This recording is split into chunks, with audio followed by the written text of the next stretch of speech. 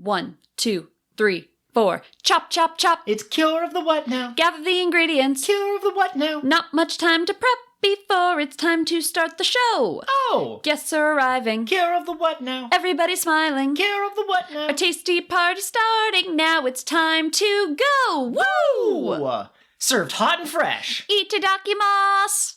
Hello, fellow crappy younger siblings, and welcome to Episode 3, Part B of Cure of the What Now? Yum! Also known as Episode 3, Side B, also known as Episode 3, Part 2, also known as Episode 3, Revenge of the Harmony. I can't stand for this blatant Souta... Disrespect? Slander? That's not slander. That's the word I'm looking for.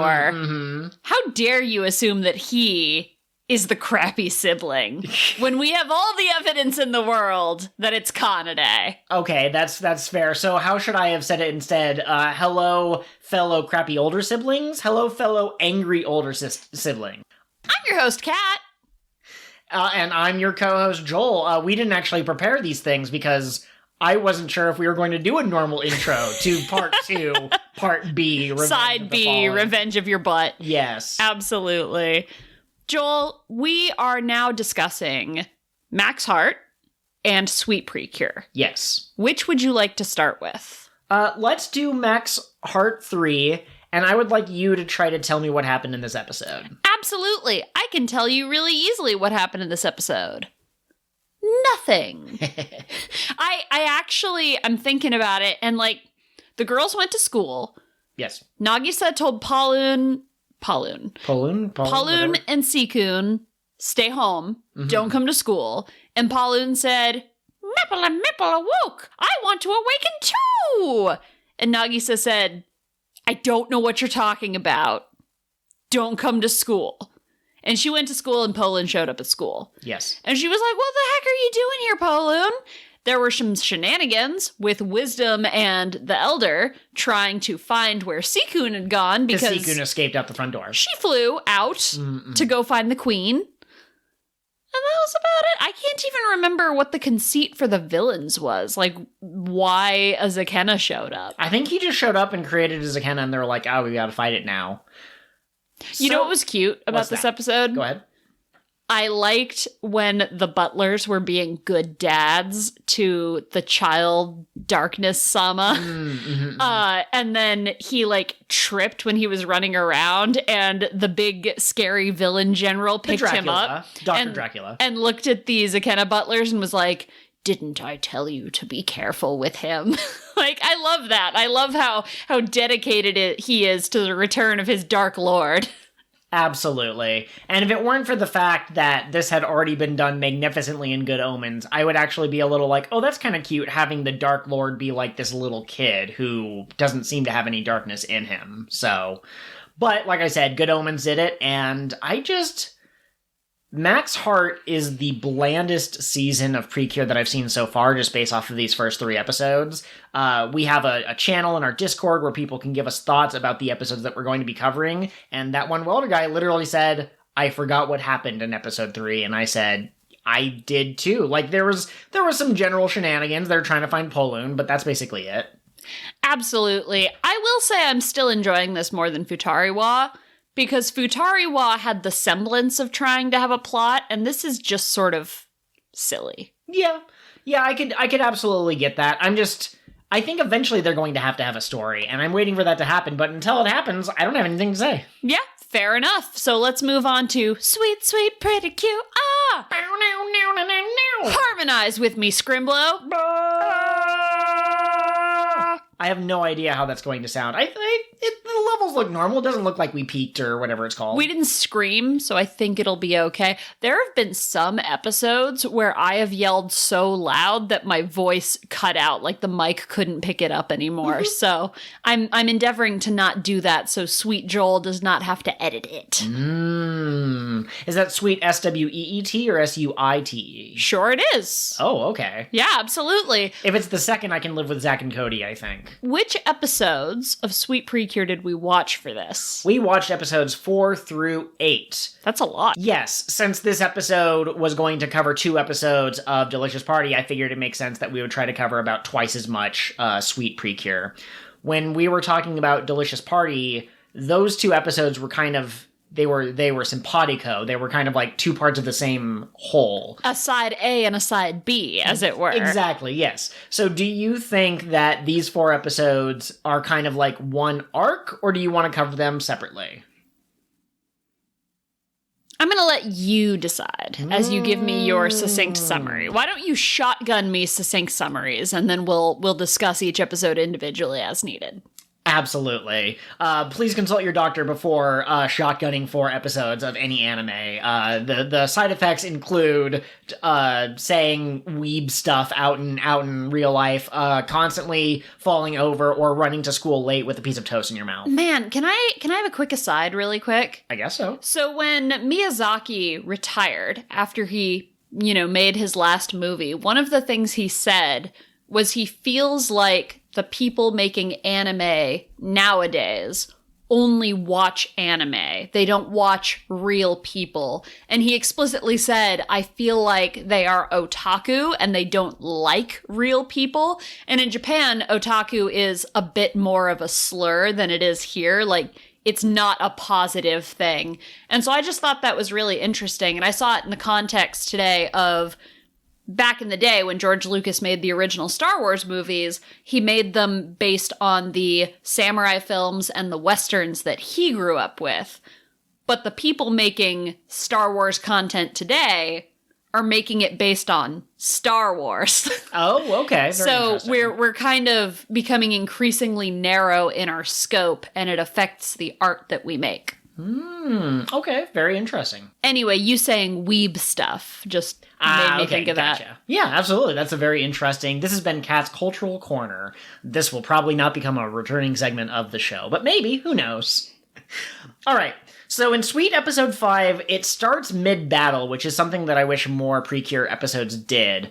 But they try to use their combo attack, and it doesn't work. Also, when they try to attack the monster from both sides, they slammed into each other's faces. That's probably going to go in the thumbnail for this episode. So basically, the girls have fallen out of harmony with each other, and Hami explains that it has to do with something that's literally called harmony power. And to answer my earlier question I posed to you, I guess you could consider these 4 episodes loosely connected thematically, because a lot of them have to do with this kind of harmony power business that's going on. So Kanade says, what if we practice piano together? And Hibiki says, I don't want to practice piano. I want to do sports, I want to eat, and then I want to go home and just fall asleep on the bed. I don't have time, Kanade. So they basically start getting upset with each other. But by the end of the episode, they realize that they want to work together for the love of music. Hibiki's mom signed them up to be reporters for this local news channel, or this traveling news channel that visits different towns, and then they have people be like, oh, and this is City Hall, and we have a proud tradition of building tall towers or whatever. So Hibiki and Kanade end up having to work together in order to do a good job being presenters for whatever town it is that they live in. I don't remember. I really don't. Sing-song town. Absolutely. And in this episode, we find out that Kanade is strong enough to give Hibiki a boost, doing the 2-man toss maneuver, and that's how they save the day, and their harmony power is back. If I ran at you, do you feel confident you could catch and throw me in the air? High enough to catch a balloon? I'm really not sure. I'd try my best, but I don't think that you and I are coordinated enough. I am positive I would injure myself, and you would injure yourself or me in the process. I don't think I have, like you said, the coordination to pull that off. Absolutely. But we do have enough harmony power. We're just klutzes. Absolutely. We don't have a magical transformation that makes us, super good at everything, kind of like Hibiki and Kanade do. Absolutely. Episode 6, it's sibling drama with Kanade. We find out that Hibiki is an only child, and she kind of wishes that she had a younger sibling that she could look after. Hami offers to be her little sister, and it's super cute. All hail Hami. You gave me a cupcake, so I'll be your sister. Yes. Kanade... So, in the first episode, it kind of seemed like Hibiki was a bit of a gremlin, and Kanade was kind of like the sweet, quiet one. But it turns out that Kanade, actually, the more I think about it, is actually kind of the angry one. She is a straight up B word. We'll get into it. We'll get into it. But the point is that she's really hard on her little brother. And from what we see in this episode, it seems like she sure yells at him about everything all the time and that he's an irresponsible little brother because she asks him to help out at the cafe or whatever. Well, Hibiki, always wishing that she had been a big sister, is also kind of a sister to this Souta character, and... Souta. Souta, S-O-U-T-A. But Hibiki kind of takes his side and tries to help patch the gap between them. And then when the Negatone attacks, the kid, the Souta, ends up getting kind of like attacked with negative waves. He's really shaken up about it. Yes, absolutely. Yeah, absolutely. Careful that you don't accidentally like poke him in the head or all the liquid might come spurting out. But Kanade, as Rhythm, is able to be like, your sister does care about you, that's why she yells at you. Don't you see? When she calls you an idiot and tells you to, like, go step on a Lego, she's doing that for your own sake, and the relationship is kind of patched up. And then, at the end of the episode, Souta presents them with these cupcakes that he made in order to thank Kanade for all of her, to try to basically help her not yell at him. And he gives one to Hibiki because thank you, Hibiki, for helping me. And then they bite into it, and it's wasabi cupcakes, and he just starts sprinting off, and the episode ends with them chasing him. Really quick, I'm going to interrupt before you get into 6 and 7. Before I knew better, food pranks were one of my favorite types of pranks to pull as a child. So I'd do things like I'd hide spicy chips in the bag of regular chips, and someone would grab a handful and they wouldn't know there was a spicy one in there until it was too late. And one time I had a friend over and my dad had a bag of wasabi peas on the counter. And I look at her and I go, hey, do you know what wasabi is? And she goes, no, I've never heard of it. And I go, oh, you've got to try this. It's a great new snack my dad brought home. And I thought she'd take one because I have always been very cautious when trying new foods. She took a whole handful. There were tears. Anyway, I appreciated this prank of sodas. See, I've never pranked someone like that, but there was one time when I had like extra French fries at family dinner or whatever, and we had hamburgers, and I dipped my fry in the ketchup of my dad's plate, but it wasn't ketchup, it was Tabasco, and I don't do well with spicy, and I didn't like that. I don't do well with alcohol. And one time, actually this happened more than once because I'm a doofus, but I was like, Mom, I have a headache. And she goes, oh, drink some water. She was holding a glass of water. I took it, threw it back. It was vodka. Ah, I see. Yeah, and this happened to me more than once somehow. Oh, boy. Why wouldn't she add food coloring or something so that I know it's not water? Stop tricking me, Mother. I can't believe it's not water. Oh, my gosh. Okay, episode 7. I'm pretty sure this episode stars a leprechaun. We'll talk about that when we talk about the details of the episode. But basically, Hibiki and Kanade are now practicing piano together at the area where they met in that first episode where they kind of had their breakup or whatever. I don't know if it's a music hall or what. It kind of reminds me of like an old abandoned church. But they're playing piano together, and they're not really getting along because, once again, Kanade's being overly strict, and Hibiki's being a little too loosey-goosey, like, I'd rather eat pizza than actually practice.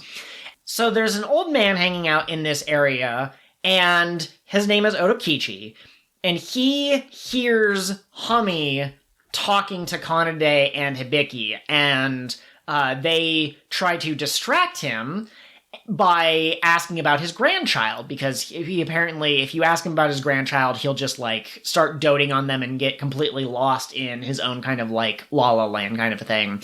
And he goes, oh yeah, my grandchild got me this doll, it's so cool, isn't it cool? And he has this little doll that looks just like him. And then he leaves, and his doll was left behind.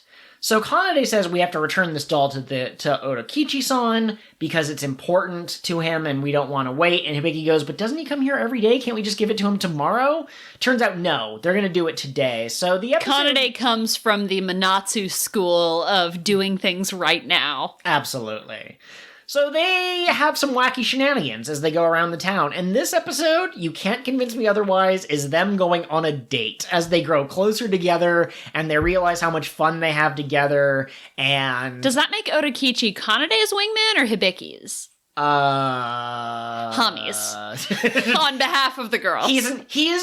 He's like one of those sitcoms where a character shows up for the special Valentine's themed episode or the Christmas themed episode, and at the end of the episode you find out it was actually Cupid or Santa in disguise. That's what Otokichi is. He's Cupid in disguise, helping them grow closer Cupid together. in disguise. But Otokichi! At the end of the episode, they return the doll to him, and he's very thankful, and we don't see him again exactly, but he will show up later. When I tried to look up what his name is, there was like a one sentence like, hey, here's the thing about him, and I went, oh no. We may have watched some extra episodes that we're not going to talk about this week, and he's been lurking in the background of all of them. Yeah, well, because he works at the church place, whatever the heck that building is. Yeah, I've got some problems with that building, but let's talk about episode 8, succinct summarize, and then we'll get into them. All right. Siren has figured out this harmony power thing. Mephisto, or whatever his name is, the guy from Minorland, has been like, okay, if these two girls work in harmony, their power will grow stronger. So Siren tries to kill one of them. That would be the clear choice, yes. Put a bag over Hibiki's head and just drag her somewhere else. I don't know.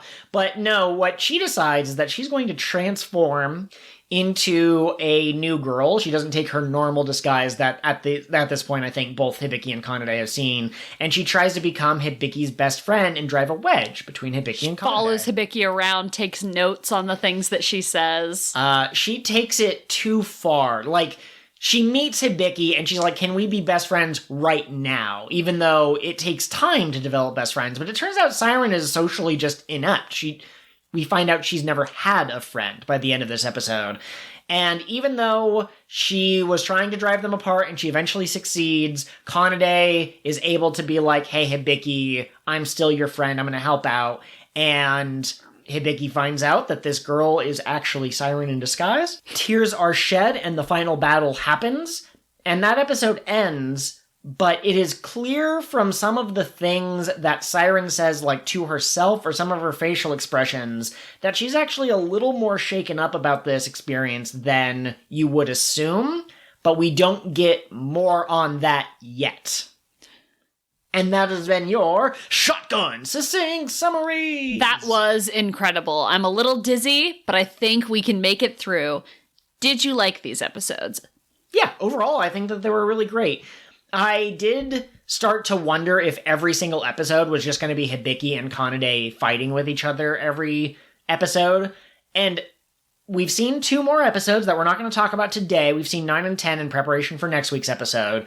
But it feels to me like we are now getting past the point where they're going to start arguing with each other every episode, and there's going to be more complex problems where they have to work together to solve something, but it's not necessarily something like Kanade bakes a cake and Hibiki says it tastes great, and Kanade is like, great, not amazing, or something like that. It feels like there's going to be more complex problems coming up. Absolutely. I also had the same kind of, God, if it's the same conflict every episode, I'm going to get really bored. But so far, not so much the same conflict every episode. Oh, I forgot to mention this in the succinct summary. In the episode where we're introduced to Souta, we also get introduced to a younger classman of Hibiki and Kanade named Akko. She is a very angry little girl. Yes. She has a kind of like a sort of maturity to her. Like, when she's introduced, Kanade and Hibiki are kind of like goofing around, and she's like, could you please get out of my way? You're blocking the crosswalk or whatever. And then when they're like, you're kind of rude, she's like, I bet neither of you have boyfriends. And it really hurts them, and they want to kill that child. And she's not really important yet, but she does show up in a couple of other episodes in the background, so I think that she's just going to be a recurring character. Yeah, no foreknowledge here, but she's got main character hair. Interesting. Yeah. Souta, he has regular colored hair. Yeah, and he's a boy. Old man Otokichi, also a boy, we think. Yeah. Regular person hair. I want to address the elephant in the room of Sweet. The musical elephant? Yes. Okay. The girls, as opposed to the tropical elephant. Oh, yeah. Tropical The one that Ridge does the PreCure. dropkick karate move. Exactly. The girls practice piano Yes. in this dilapidated, I don't know if I'm saying that word right, old building. Otokichi is working on a organ that is part of this building. It's kind of built in. It's like a giant instrument, yeah. But, well, there's reason for that to be there. There's no reason for the grand piano to be there. And Joel, grand pianos are expensive. Nobody would leave one in a building that was falling apart for kids to just F around on. Nobody. They should be practicing piano at Hibiki's home, where her world-famous pianist father lives. Maybe they just don't want to deal with the dad's eccentricities, you know? Maybe Hibiki was like, Dad, I want to practice piano. And he was like, yay! And she was like, but the one catch is that you can't watch me, so I need you to put one of our pianos in this hole in the ground. And he was like, okay. Now, again, if this ends up being true, I do not have information about this. I have certain ideas about Otokichi and a couple of other plot threads that are coming up, but I know nothing about this place. But what I'm going to assume is that long ago, maybe when Otokichi was younger, it was like a music hall that people came to and that sort of thing. And then eventually it fell into disrepair, and Otokichi is trying to restore it. And I bet at some point in this season, the PreCure team is going to have to work together to restore it as well. It's going to become part of their goal. And so it kind of represents like the heights that this city once had, and the PreCure team is going to help them reclaim that. At the same time, I don't know why they wouldn't take the grand piano out like you mentioned. Yeah, absolutely. It's a convenient plot point. It's a small thing that wrecks my immersion, because as somebody who loves piano, I would say it's probably my favorite instrument. I don't know any musicians who would allow an instrument that expensive to be left there. Okay, crack theory time. The grand piano is not real, and they're just using their psychic powers to harmonize their minds and souls. Yeah. Okay. I'll take that, because in the first episode, we see that room, and I don't remember the piano being there. There's a shot of them as kids listening to, like, a record player in the ruins. Okay. But no piano. It's like in Stardew Valley, the little, like, creatures that give you, like, presents inside that one room. Gosh, it's been a while since I played that game. But that's what Otokichi is. He's a Jinji or whatever those creatures are called. And as they grow closer, more instruments will magically appear in this room. You had a theory that Otokichi was a leprechaun. Do you want to touch on that real quick? Well, okay, so Otokichi, it seems to Hibiki and Kanade that Otokichi might have heard Hami, but they were able to trick him. But Otokichi clearly knows something's up with Hami.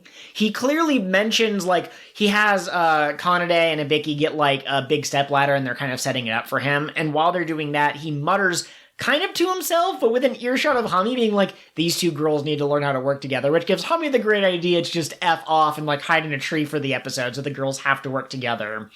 And then every time they're about to give up on returning the doll to him, he appears just out of reach, and then just as they're about to go talk to him, he disappears again. So he clearly is like the wise mentor figure, but the leprechaun thing was mostly because this doll also ends up having some money in it, and so maybe it's like a pot of gold type of thing, but I'm really open to any kind of fairy spooky or or otherworldly beastie creature. Dude probably can use some magic spells. What if it turns out that he and Hibiki's dad have a similar relationship to Hibiki and Kanade? Oh, that would be interesting. I do think that the way that the two characters are drawn, there's too much of an age difference, unless, I mean, maybe they could have been in the same, like, magical troupe or something, and they did end up having that kind of contentious relationship, but I would love to see that. I would love to see that. Absolutely. I have one more thing that we wanted to call out from these episodes. Hibiki asks Kanade if they will play piano together when they're grandmas. Joel, do you want to share your commentary that you have written down here? Yes. It is a common phrase among the kids these days, but no heterosexual explanation for this. And I mean, technically, there are lots of stories of, older folks who have been, through their entire lives together who are just good friends. But in a show with the undertones of PreCure, in a show whose first season was very clearly two closeted lesbians finding their relationships with each other and coming to terms with themselves, I can't read that as anything other than we're going to get married, and we're both kind of taking it at face value that that's going to happen. Absolutely. I have one more thing that I want to say before we move on to thoughts from the crew. Delicious bites? Good sounds. Sound bites. This time the emphasis is on sound rather than on bites. I love that. I love Siren. I love her so much. She's learning what friendship could be, and that is precious. Absolutely. I made the joke in part A / part 1 / the original sin that Kokone wondered what friendship could be, and then Yui showed it to her. But like I said, there was a part where, so in order to win Hibiki's trust, Siren, pretending to be Sakura, by the way. I'll mention that here in case Sakura ever shows up. Maybe that's like her common alias that she uses. It might not be, though. Who knows? But as Sakura, she pretends to be into judo because Hibiki is into judo. And also this episode is about a judo match. It's kind of like the B-plot, I guess. And someone comes up to Hibiki and goes, we're short a person. And Hibiki goes, oh, I'll just ask my new friend to join. And when Sakura says that she's willing to help out, and Hibiki goes, thanks, and takes her by the hand, she has a moment where she goes, oh, friend, get! Wait, was that my goal? Was my goal to be friends with Hibiki? Or no, my goal was to drive them apart. I mean, I don't feel as though there's ever really been a sixth cure who is that surprising. I guess Ha from Witchy was a little surprising because at first she started out as like this little baby and she looked more like a fairy, but like Siren gives me strong I'm going to switch sides vibes. Absolutely. And I will say really quick, we haven't gotten to the season yet, but there is a season where Toei went out of their way to trick people and even went so far as to have fake leaks. Oh. So that you wouldn't possibly be able to guess who the sixth cure was. So I'm looking forward when we get to that season. Huh. Joel, I have some breaking news that's relevant to our listeners. Yeah. Due to Toei Animation's website getting hacked this week, Delicious Party PreCure will not air this weekend. Oh, no. Yeah. So I guess maybe we have part A go up and we do a little announcement and then part B can be next week's episode. How do you want to play that? Yeah, I don't know what we'll do. I think that we should release part A and part 2 at the same time. Or not same time, but when they're ready. I'm guessing that part 2 will come out the day after. I think that next week we should do a shorter episode where we talk a little bit about the sweet episodes, and we can watch another episode of Max Heart. And maybe if we have extra time, we could talk a little bit about your experience with Star Twinkle that we've been watching through and stuff like that. Yeah, absolutely. I think that would be great. And special shout out to Sparkleside Chats with Magical Girl AU. That is where this news is coming from. Excellent. Before we go on to thoughts from the crew, I want to kind of take a moment to talk about something. This is not a call-out post, even though I have opinions one way or the other, but in the Precord server, people were talking about Pollun and Kururun, two characters who are near and dear to my heart, or I guess I have strong opinions about. So I'll present to you the thought.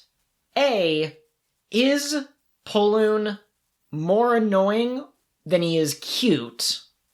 And 2, why do you think Kururun became such a meme in your own mind? Kururun is just a creature. Pollun is a child. Okay. So, I guess if you find the antics of children especially cute, then you will find Pollun cute. And like, I do find kids cute to a certain extent. Like a coworker brought his baby in today and I was all like, it's a baby, I have to hold the baby. But generally speaking, I have kind of a battery for the antics of young children. And once it runs out, I'm tired. I have to go. Yeah. And Pollun is like that every episode. Yeah. So I think by the end of this season, maybe our opinion of Pollun will improve. But for right now, he's just a hindrance. He gets in the way of the story happening, and he's not especially cute while he does it. Whereas Kururun is like a cat who sometimes knocks the cup off the table in such a way that it falls on the villain. So Kururun is actively helpful and cute.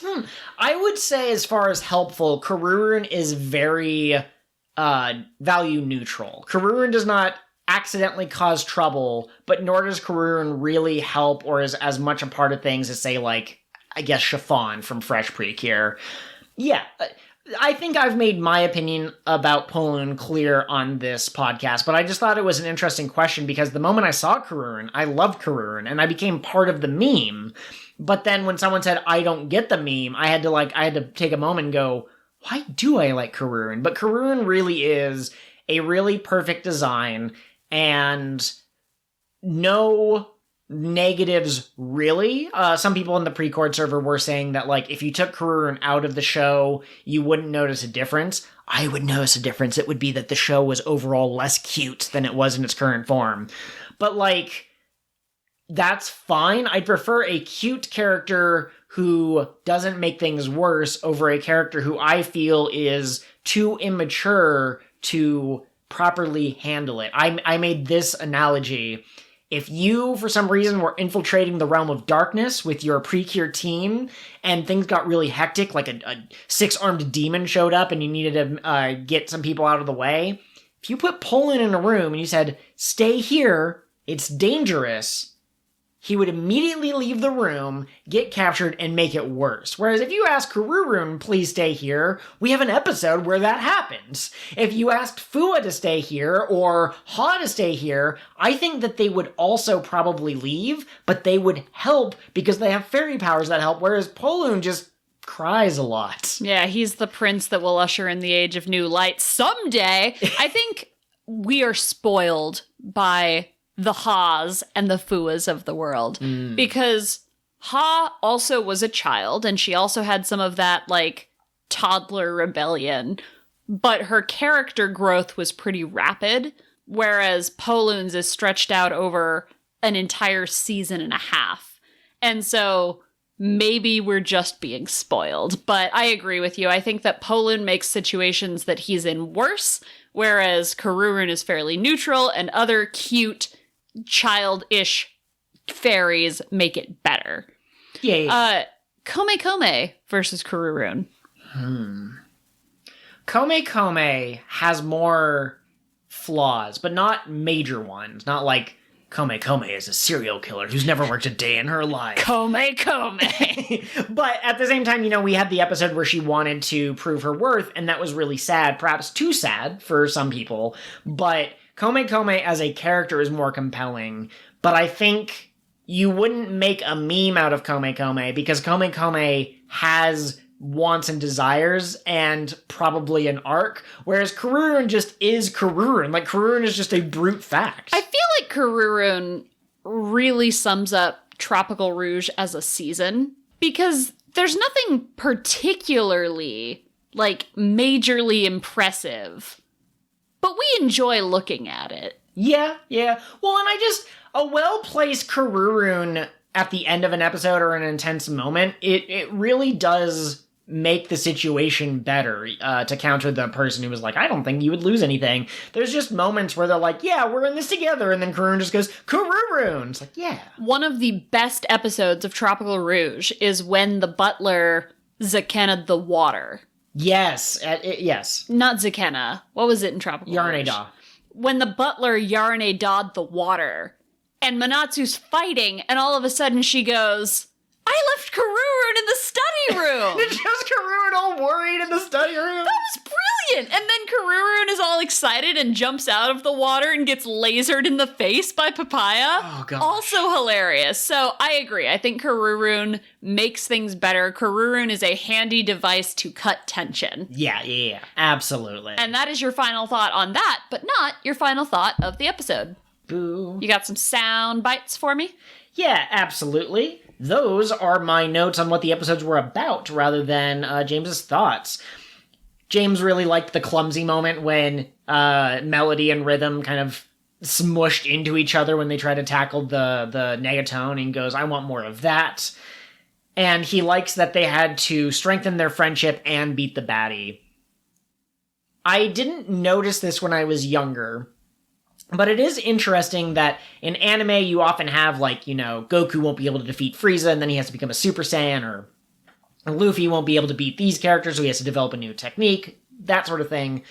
The best power-ups are the power-ups that relate to the character's emotional journey. So Super Saiyan for Goku was awesome because it happened after the death of a friend and after this big build-up, and there was all this foreshadowing about the legendary Super Saiyan.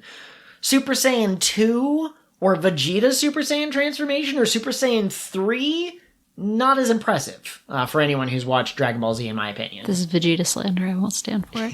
Vegeta should be the main character of Dragon Ball Z. Vegeta's an amazing character, and he's my favorite. I love him more than Goku, but his Super Saiyan motivation was not as good. I thought you were going to say you love him more than Kat. That's no, me. What? Yes. Catherine, I love you. You are my wife. If you died, I would be sad. But if something happened to Vegeta, I would never recover. Oh my goodness gracious. I would recover because Dragon Balls exist in the Dragon Ball universe, so nothing of consequence ever happens. Okay. James also wonders, since Siren turns into a person, oftentimes, can Hummy turn into a person? And I wonder if Siren turning into a person is because Siren studied the forbidden arts. Like, I wonder if there's like a spell book or something, and Siren has read it, but Hummy has not. It also might be a maturity thing, because it seems like Siren is... Like, Siren looks like a cat, and Hummy looks like a kitten, and talks a little bit more kind of baby-ish a little bit. So I wonder if in 5 years, Hummy will be able to transform into a person. Yeah, I think that it's definitely going to be a maturity thing. I wouldn't be surprised if we got an episode where Hummy woke up and had toes. Do you think human Hummy will be as horrifying as human Peccarin? No, I don't think so. Not to be mean to human Peccarin. Oh, I want to be mean to human Peccarin. Cure Peccarin is cute, Joel. Whatever, man. Hey, there you go. Peccarin or Pollun. Go. Can they just, like, take each other out? You know, like, they run at each other, and then they bonk heads, and they just get knocked out. Peccarin is actively helpful. Peccarin is actively helpful and actively annoying. I don't like Peccarin. I don't know what you want from me. I want you to admit that she's cute and a valuable member of the team. I will admit that Cure Peccarin is cute. I will admit that Fairy Peccarin is all right. Human Peccarin haunts my nightmares. I will say, this is partially me memeing, because the fandom apparently hates Peccarin so much. I just have to go to bat for her. Like, somebody has to, you know? Okay. If it won't be you, it's gonna be me. Absolutely. It's gonna be me. Not all heroes wear capes. Some of them have magical compacts. Some of them have little wands. Okay. James's thoughts on Sweet Episode 6. Don't yell at Hummy. There was a rather tense moment where Kanade is once again yelling at Souta. James also agrees that she's she's harsh as the big sister. But Kanade thinks that Souta has ruined the kitchen at the bakery that their parents own, and she's yelling at him. But Hibiki knows that he was working on cupcakes for Kanade because he wants her to stop yelling at him. Jeez Louise, Kanade. And so at one point, Hummy goes, hey, I found a note, because the cupcakes that he made had one of the notes in it. And Hibiki's just like, Hummy, shut up. And I feel bad for Hummy, but I don't know. I don't see it as Hibiki being mean to Hummy. I see it as Hibiki seeing this moment as really important. And, like, if the minor trio and Siren aren't there, then they have time to get the note. Whereas if Kanade says something, you know, overbearing to her little brother, things can go south. Agreed. But also don't yell at Hummy. Oh, no, don't yell at Hummy. Hummy deserves all of the belly rubs and pizza and whatever. We forgot to mention one of my favorite lines from these episodes, which was, oh yeah, Hummy is a cat. Meow. Sakura hears Hummy say something, and Siren yells because that's the relationship between Siren and Hummy, which is also how Hibiki figures out that Sakura is actually Siren. And Hummy just goes, oh yeah, I'm supposed to be pretending to be a cat. That was a great moment. You know what else was a great scene that you might have forgotten? At one point in the date episode when they're trying to find Otokichi, they quickly put on some costumes because when they realize the doll has money in it and they see Otokichi, they're worried that he'll accuse them of theft, even though I'm pretty sure that they could just say, you know... They're middle school girls, babe. They make stupid choices. They panic. They put on some outfits. By the way, there's something in my brain when I look at the screenshot I took of them in their outfits. I always think that Hibiki is in the clown outfit and Kanade is in the other one, but it's reverse. I get them wrong for some reason. Anyways, they get mistaken for Americans for some reason, because I guess Americans wear rainbow clown wigs in Japan. And so some tourists are like, you know, excuse me, where is the bathroom? And at one point, Kanade in her costume references JoJo's Bizarre Adventure. I'm pretty sure. She goes, "Oh my god!" Just like Grandpa Joestar. It was so beautiful. And that has been your... Final thought! Outro goes here! Thanks for listening, everyone. Next episode of the podcast, we'll be covering episodes 9 and 10 of Sweet, episode 4 of Max Heart, and I think we're up to about episode 20 of Star Twinkle. We've gotten to the 6th Ranger. I don't have the episode number in front of us, but that's how far into the season we are. All right, have a great day. Oh no, she's 5th. I was counting, but gotcha. 6th Ranger is what it's called. It's just, anyway, bye! Bye! Thank you all for joining us for another delicious plateful of Cure of the What Now. Please take a moment to rate and review wherever you get your podcasts from. Or if you're watching on YouTube, be sure to leave a comment, a like, or lick that subscribe bell so you know when the new episodes are going up. Did you just say lick it? Well, yeah, we're baking delicious foods. It's a delicious party. Anyway, you can find me on Twitter at PirateGhostHost. Please don't lick me. Can you even lick a ghost? I'm on Twitter at CotWN_pod. KOTWN_pod. Absolutely. And as always, the Discord link is in the Twitter bio and also in the YouTube description. Come join us for weekly discussions, streams, and all of the PreCure your heart can handle. Thanks for listening, everyone. Yum. Or no, I'm full.